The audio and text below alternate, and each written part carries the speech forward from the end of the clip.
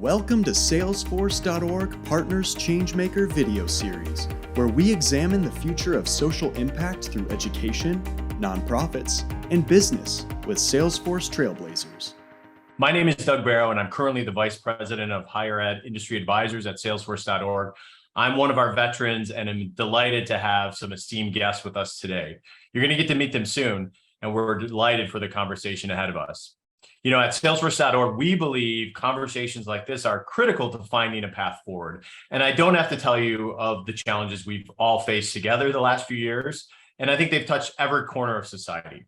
The job market is changing, and we know that more than ever in higher education with the future of work. And according to the World Economic Forum, 65% of college students will ultimately be working in jobs that don't even currently exist today. And that has a profound impact. Schools have to change curriculum, ways of learning, and the entire student experience. You know, just a few years ago, I would joke prior to COVID that the front door of the campus wasn't a physical location. It was actually the devices in our students' pockets and backpacks. And I think that rings true now, that the digital first nature of how our constituents want to engage with us is accelerated even faster than we thought. So adapting to this new world requires a collective shift, new models of business. And this is an opportunity to share ideas with those who have innovated already and are on the leading edge of the curve. So I'm really delighted to be joined today by Heller Consulting and Cornell University, who together bring years of experience leading digital transformation efforts in higher education. So first, I would like to introduce Becky Joffrey, who currently leads the digital transformation at Cornell University. So I lead a series of high-profile, cross-campus, enterprise-wide technology efforts that aren't always deemed as digital transformation, but I know behind the scenes that that's really what we're trying to achieve from a technology standpoint. And so I bring all the right parties together to make business decisions about where we want the university to go, and then work with the technology groups to figure out the right way and the right approach to deploy technology in service of those goals. That's fantastic. Well, again, it's a delight to have you here today, and I can't wait to hear more. Joining us also is Shane Sugino, who's the Director of Higher Education for Heller Consulting. Shane, if you could please say hi and tell us a little bit about your role and what Heller does. Yeah, hi everyone. Thank you, Doug, for having me. As you mentioned, I lead the higher ed business for Heller Consulting, which is a boutique higher ed and nonprofit technology consulting firm. Been in business for over 25 years. I've been in the higher ed technology space for almost 15 years now. I started off working at Northwestern University and looking at technology there and how we were using it to make our operations much more efficient. And I've turned that into the last 10 years of being a consultant, really helping higher education institutions leverage the power of the cloud and cloud technologies to improve and deliver upon their mission. So really happy to be here. Thank you, Doug. Well, I'm delighted again to have both of you here today. And Becky, I want to start with you. So Cornell is a storied university, Ivy League, and there are so many amazing things that happen there. And, you know, approaching technology from the perspective of change management is not easy, right? And so I would love to hear in your very unique role at Cornell, how you've approached these change efforts and managed all that you manage on campus. So there's probably two things I would point to. One is I think the role that's needed in this world is that of a translator, because the technology people historically have done very back office types of functions in terms of the infrastructure for the university. And a lot of the digital transformation efforts are putting technology people in those business areas there where deep business expertise is required. I don't think you can help a unit improve service or generate revenue without understanding sales processes or up and downstream implications of when a promise is made, how that impacts another department.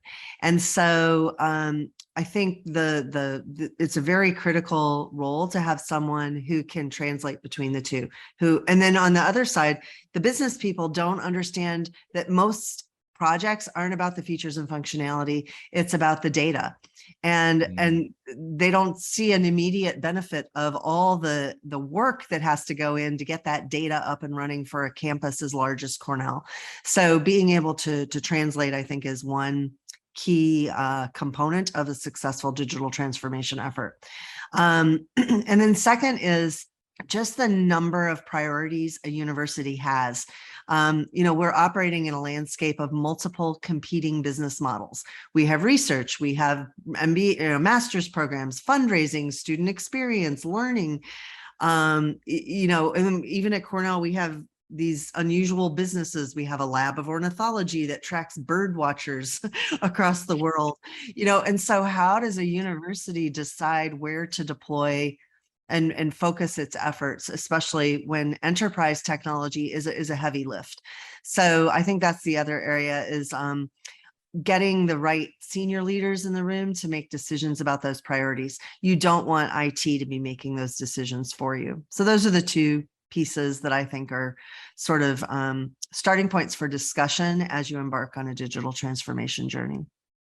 I love it, and being in this industry for so many years, nearly 20 years myself, that is the crux of it, right? We think it's technology and we just give it to the technology folks, but their role is different, right? Their infrastructure, their data, our role, business processes, and that translator role that I know you play so well is just so critical to executing, right? It is a participatory event.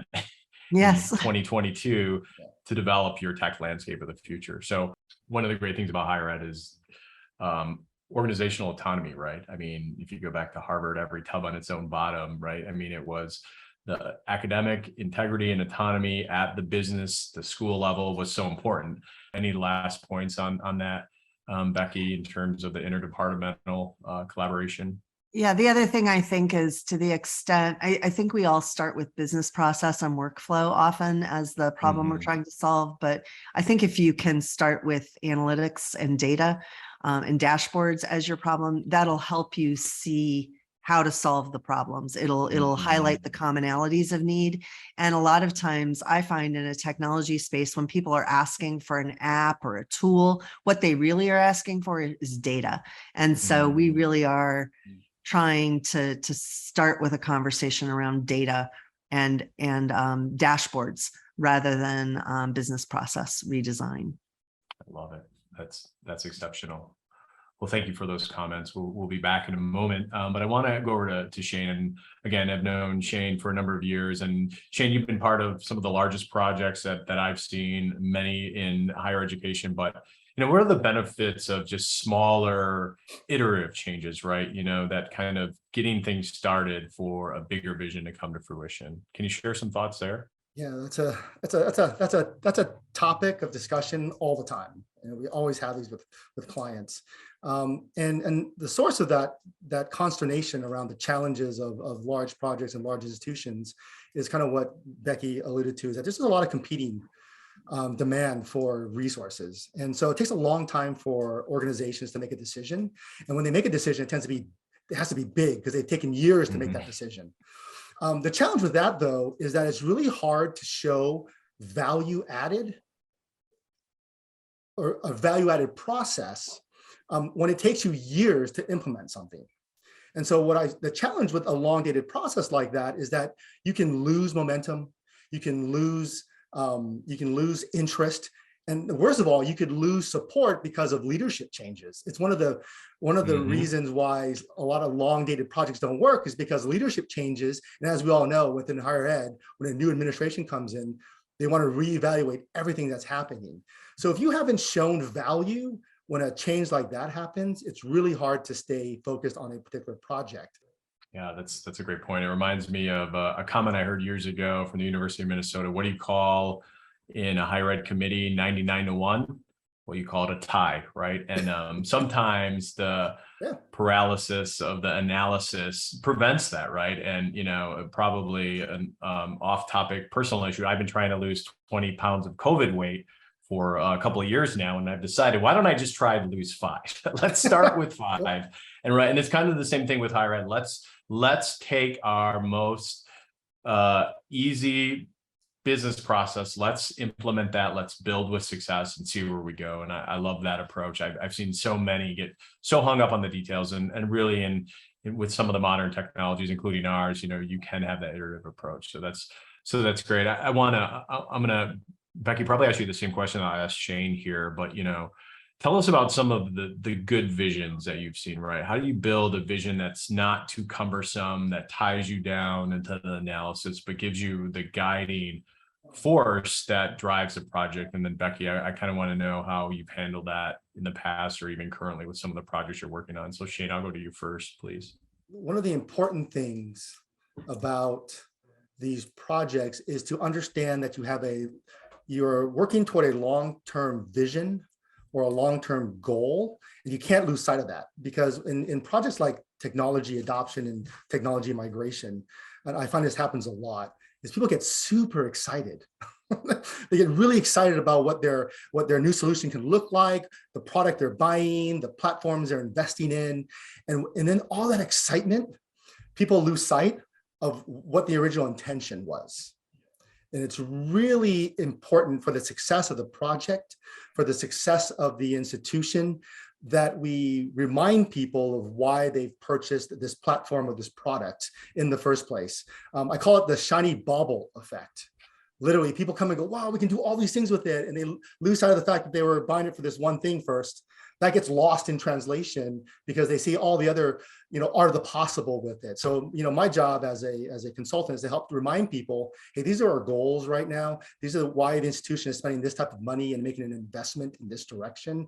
Let's make sure we don't forget that. And then when we're done with that, we can definitely then take a look at all those other things that you'd like to do with it as well. But it's super important to success that we keep an eye on what the outcomes are needed, what the original goals were, and how we're going to measure success.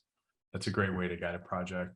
Becky, you mentioned earlier, starting with the dashboards, which I've never heard you say, but that's brilliant, right? Because you don't do the business process work to do business process work. You do it for the outcomes, right? Like Shane said, what are outcomes? What are we ultimately trying to achieve?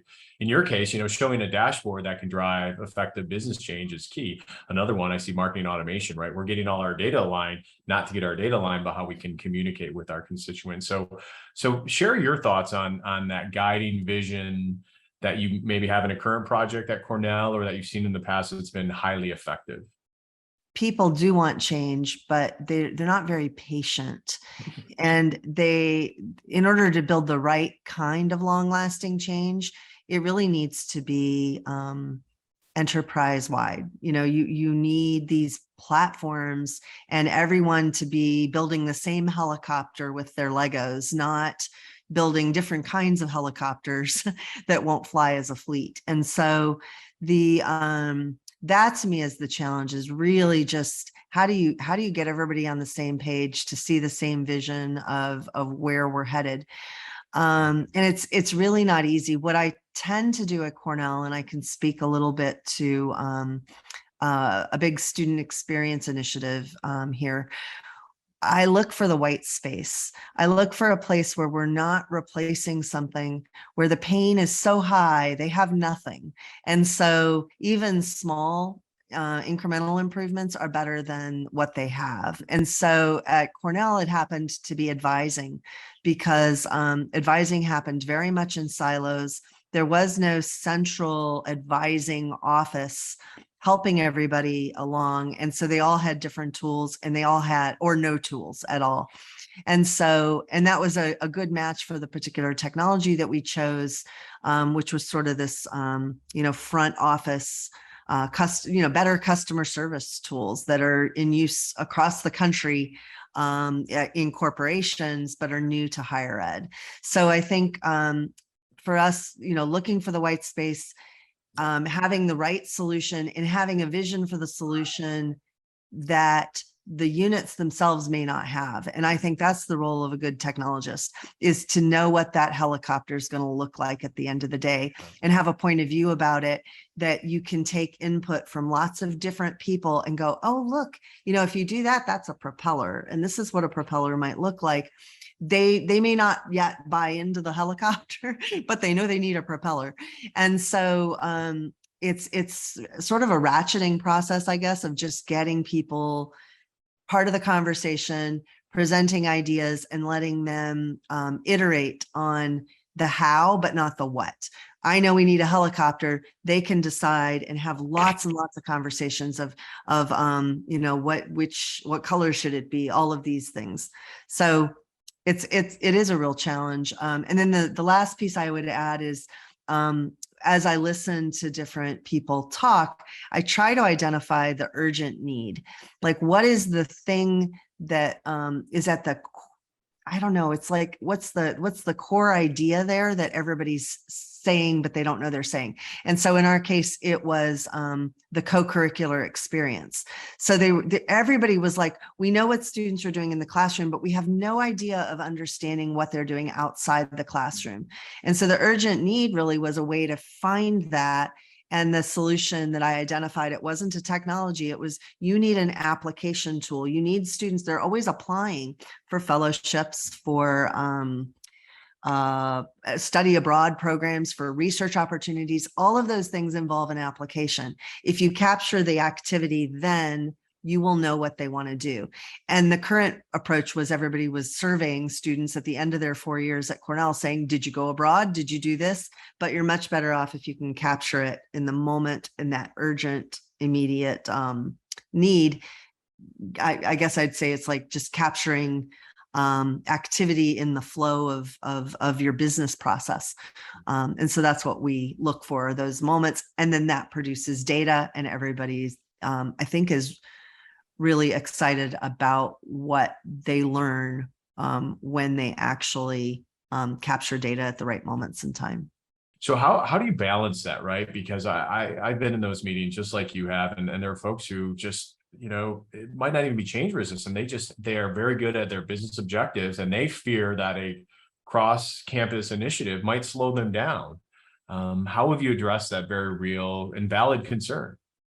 I would go back to the data, because I think what the people doing that, again, they're focused more on the business process, and they see how fast they can do things and how they can be efficient. But what they're not seeing is that, say, you know, there's a particular student focused tool that they're using to, I guess, say, monitor student travel, for example.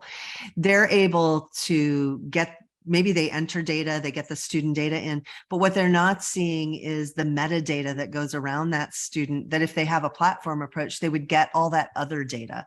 So they could see that, you know, Jane traveled to Germany, but they can't see, is she a member of a sorority or a fraternity?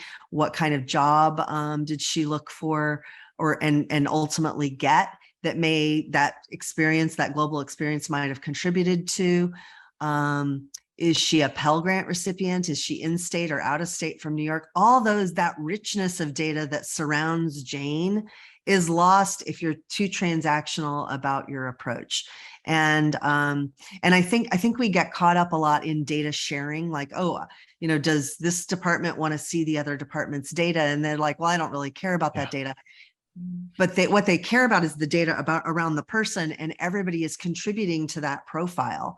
And so the more we all contribute to the profile of Jane, the richer understanding we will have of her success, her experience, the investments we're making in programs that these students participate in. You know, are they paying off? Should we be spending all this money on, you know, X, Y, and Z program?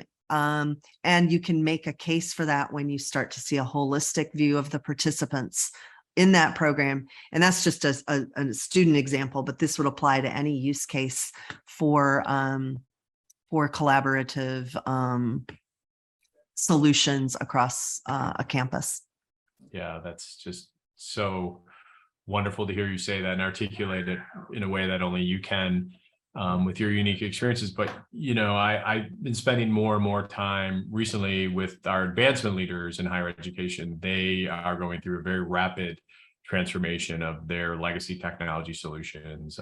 They happen to be using a lot of ours, which is great for us, but I think great for them, because this vision of a student-centric view and the ability to capture true alumni data so that we can hand that off appropriately.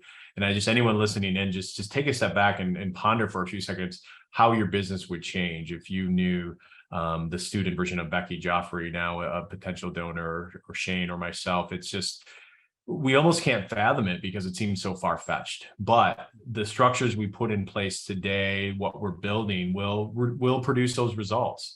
You know, they say, when's the best time to plant a tree? Well, 50 years ago. When's the second best time? Right now, right? And planting that tree, whether you plan to be at the institution for 5 years, 15 years, 20 years, you know, is going to produce results. And I hear you doing that with your solutions. You know, and I know CRM is part of that, but, you know, being able to build that out, you're not going to get everyone to link arms at even a small institution and take that first step forward together. You have to take those incremental changes. So this has been very insightful for me. Shane, very appreciative of your work with us and contributing to the conversation. I think for the sake of time, we're going to wrap today. But I hope this isn't the last conversation we have in person. And I just realized they're recording this. I thought I was having a conversation with friends, but apparently this is recorded. So we'll get to go back and treasure this asset for years to come. Any closing thoughts, Shane, Becky, before we wrap and send our listeners off?